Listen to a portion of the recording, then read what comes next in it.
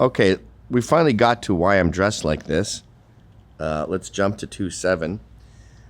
Here's someone. I think they're on the train to go to Socialism 2025. That happened over the weekend. Plowed right through July 4th, of course. No interest in July 4th. This was the kind of guy who was there. Look at this guy. Look at this.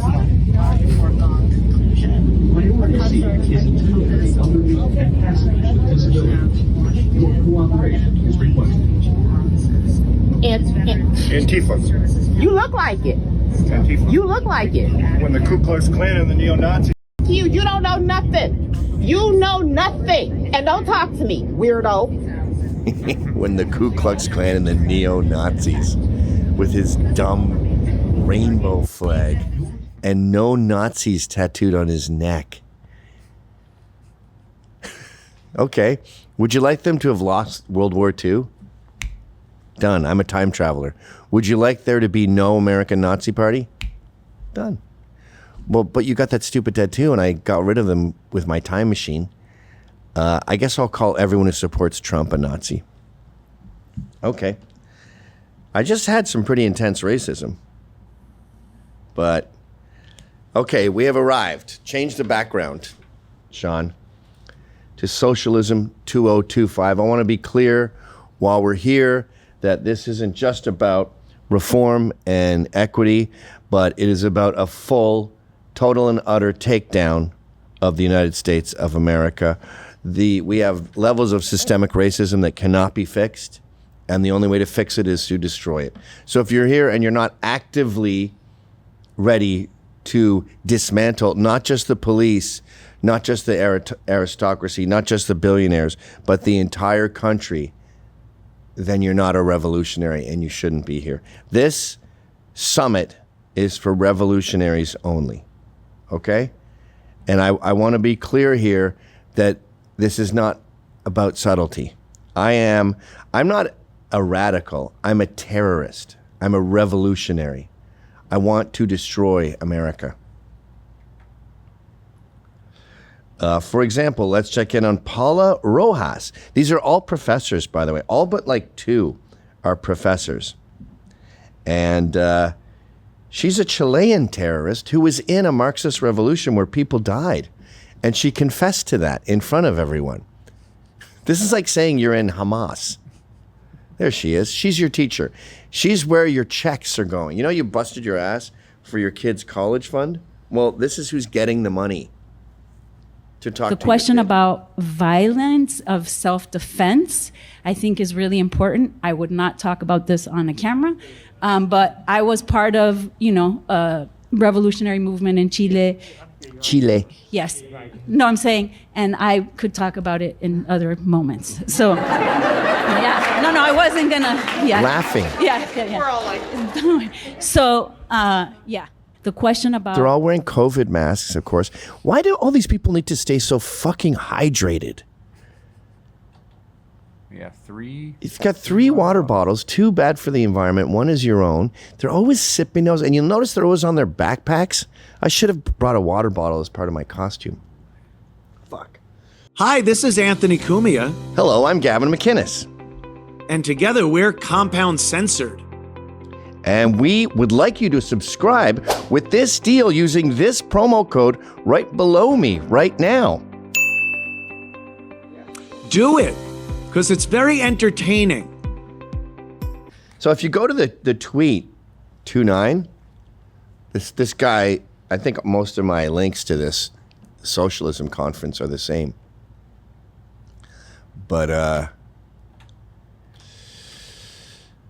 Rojas is old enough to forget she was on camera, so that zoom out a bit. I can't. Yeah. It's so that likely points to Frente Patriótico Manuel Rodríguez or Movimiento de Izquierda Marxist guerrilla groups linked to bombings, assassination, and armed struggle. This is who these people are not just going to see on the weekend instead of July 4th, but are paying their tuitions to listen to. That's what's going on here. This is where your money's going, to these fucking terrorists, proud terrorists. Here's a little bit more from Paula at Barnard College. Like mainstream colleges, Princeton is next. This might be the same dialogue. Sometimes I doubled up. See it, you know, we're not going to see it. It's going to come. We have to do it for the generations to come. And I think that's where Palestine teaches us, right? The level of courage of knowing, right? That this has been going on and will continue to go on. And people have the courage, you know, to continue to take care of each other, knowing they're going to get murdered, right?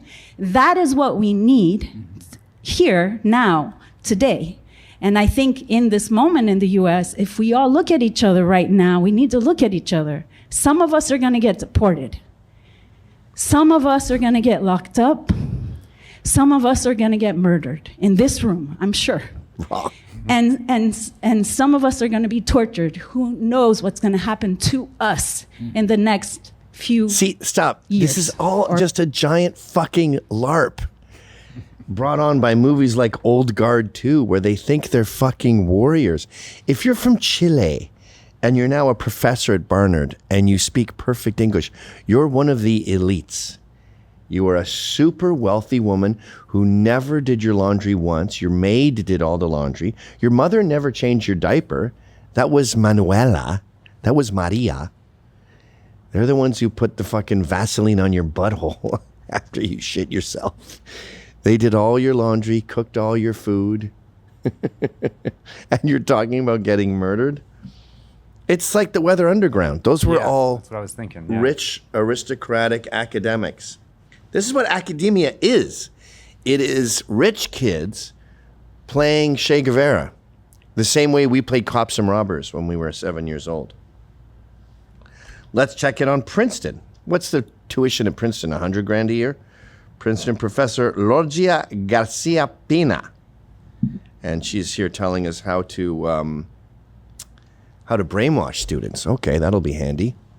I'm a graduate student in New York at CUNY, and I've been organizing for Palestine at my graduate school, and I have a student leadership position on the student council at my school, and I was really interested in your thoughts on... This is a liberal thing I've noticed. Whenever they talk, they do a 1-minute introduction on who they are and what makes them tick.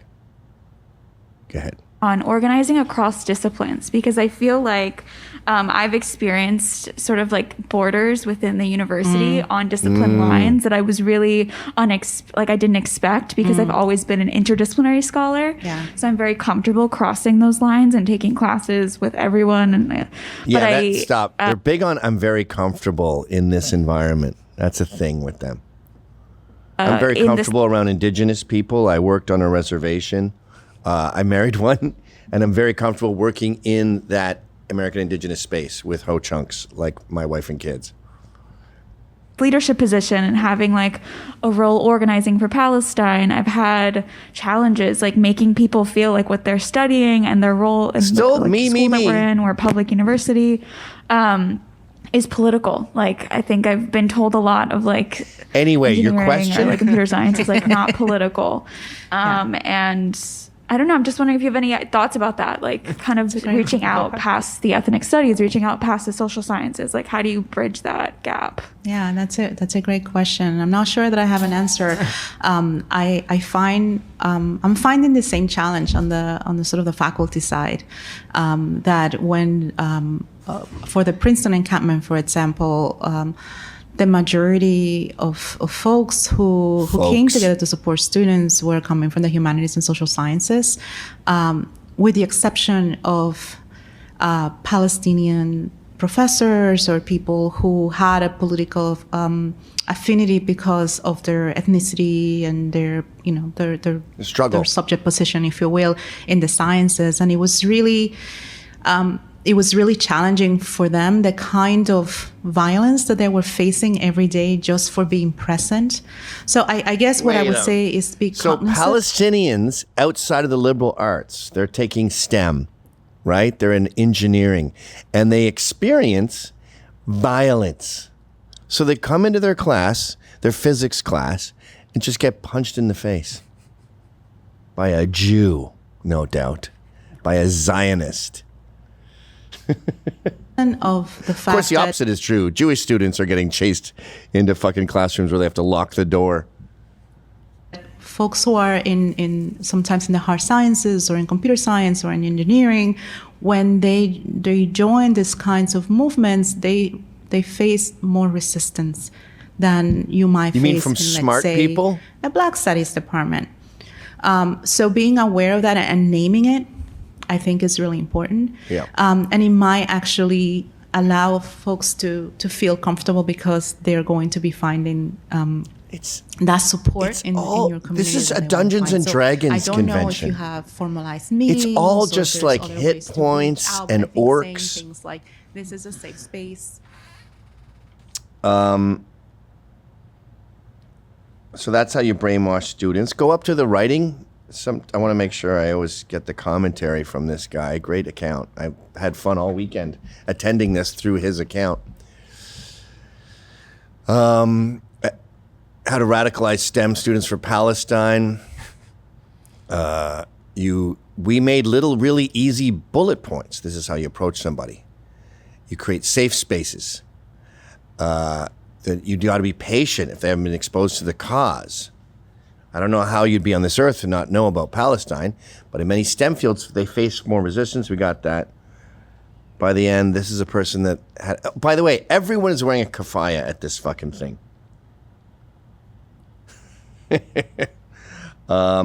Let's check in on another Princeton professor, Lucianne Lulu Walkowicz. She sued American Girl over a doll. She quit NASA in protest over the James Webb Telescope's name. You should have named it after James Webb. She once held a NASA-funded astrobiology chair at the Library of Congress. She now promotes anti-capitalist space politics via the Just Space Alliance. Keep an eye out for the guillotine hat and the Luigi Mangione sticker. So she's going to explain to us how space is problematic. So as I mentioned, space is this very powerful delivery tool for propaganda. It has broadly embraced associations with visions of the future and with science and technological progress. And the language that we most commonly hear when used to talk about space is very, very heavily colonial. And can be literally the words like space colonization. No one lives in space. It can also be things it's like okay framing to go space as there. a frontier. It can be discussing space as a place where humankind has some sort of manifest destiny to go. And I don't want to brush aside the work of many people, the scholarship that has been done by, for example... We've gone from illegal aliens to literal aliens. Don't colonize Mars. What about the aboriginals of Mars? What about, for example, Chief Lord Zorgob over on the planet Nunu? Are we going to obliterate his culture? Why don't we leave these Martians alone? Stop colonizing space. It's problematic. And also by indigenous scholars, a bit by myself, to problematize this language. But I will say that it remains the dominant palette that people reach for when they try to paint a picture of space and, by extension, a picture of the future. So don't use the word colonize. I think that while there is a broader awareness of like the issues in using that language and how those themes infiltrate the way that we think about space in the future, unfortunately, the primary effect of that awareness has been that people now reach for wanting to do better by picking euphemisms, right? And for example, like one of the euphemisms that gets used all the time is the word settlement, which many of you, I'm sure, will recognize as having its own associations with the colonization of Palestine by Israel. So I think it's important that we use often words recognize that this colonial language used to describe people's plans for space is actually accurate. It is the description of what they would like to and are planning to do. And people listening to this talk, you know, I'm sure you're painfully aware of Elon Musk. Welcome to my world. Okay, so she sued the American Girl doll. Chicago astronomer Lucianne Walkowicz had accused the company of stealing her likeness and name to create a doll. The American called her Luciana Vega. What? Her name's Walkowicz. She asked American girl to stop selling the doll. Both sides settled, but there were not a lot of details on the agreement. She spent much of her career with NASA and has lectured. So this woman is so uptight about words, she sued a doll company for having her first name on a doll. I hear she wants to rename the son daughter. I'm suing Gavin Wax for using the name Gavin. Let's check in on Andrea J. Ritchie. She's a scholar. Well, she's an activist scholar. She's a police prison abolitionist, which I actually am pretty sympathetic to the abolition of prison, but it involves some caveats like everyone gets a gun. One thing I noticed with these lectures too, they don't want to win. It's like Palestine. Their job is to constantly be shitting on, look at those fucking water containers. You have to constantly be shitting on billionaires. And if someone gave them $1 billion, well, they would lose. In fact, one of them, this is what inspired this whole thing. I don't even know if I included it in my notes. One of them goes, if you were to give Zoran Mamdani advice, what would your advice be? And he goes, my advice would be don't become mayor. Because then you have power and that's problematic. So we don't want to win. We're determined to lose. So that'll be next after this one. In 2018, I was at a workshop with a group of abolitionists, and we were charged with developing a new legal system for the Black utopian We're all reading a state of script. Wakanda. Sounds great, right? Didn't take long to get to the heart of the matter. It's all about the vibranium. I'm not sure what it is, but it makes shit work. And the border. So we were like, no border, and everybody gets an equal share of vibranium. But then we were quickly faced with the issue to what to do if people from around the world begin to migrate to Wakanda to get in on the deal, and if people started to go try back to the beginning. accumulate Was vibranium. this a test exercise So they in did? 2018, I was at a workshop with a group of abolitionists, and we were charged with developing a new legal system for the Black utopian state of Wakanda. Sounds great, right? Didn't take long to get to the heart of the matter. Okay, this is fucking all about crazy. the vibranium. Stop. So she's figuring out the shit we figured out when we were 18, 17. You say free Palestine. I mean, I think young people are smarter now because of X and other shit. But when I was 17, definitely free Palestine. No borders. Borders are, do they owe us a living? Of course they do. All that crass shit. And then around 18, 19, you start going, wait a minute. And you start doing the very basic of logic. And you realize that's not going to work. She's learning this at 35? In college, at a class, at a workshop. Go ahead. I'm not sure what it is, but it makes shit work. And the border. So we were like, no border, and everybody gets an equal share of vibranium. But then we were quickly faced with the issue to what to do if people from around the world begin to migrate to Wakanda to get in on the deal, and if people started to try to take and accumulate vibranium. So then someone was like, well, only people who ascribe to our shared abolition communist values can be part of this project. Great, so now we have citizenship. Wonderful.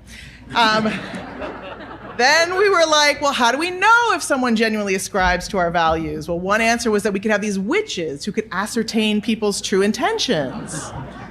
So now we're at surveillance cops. What did I say? Dungeons and Dragons. Yeah. So now they have a Wakanda utopia, which, no. And now it requires magic witches.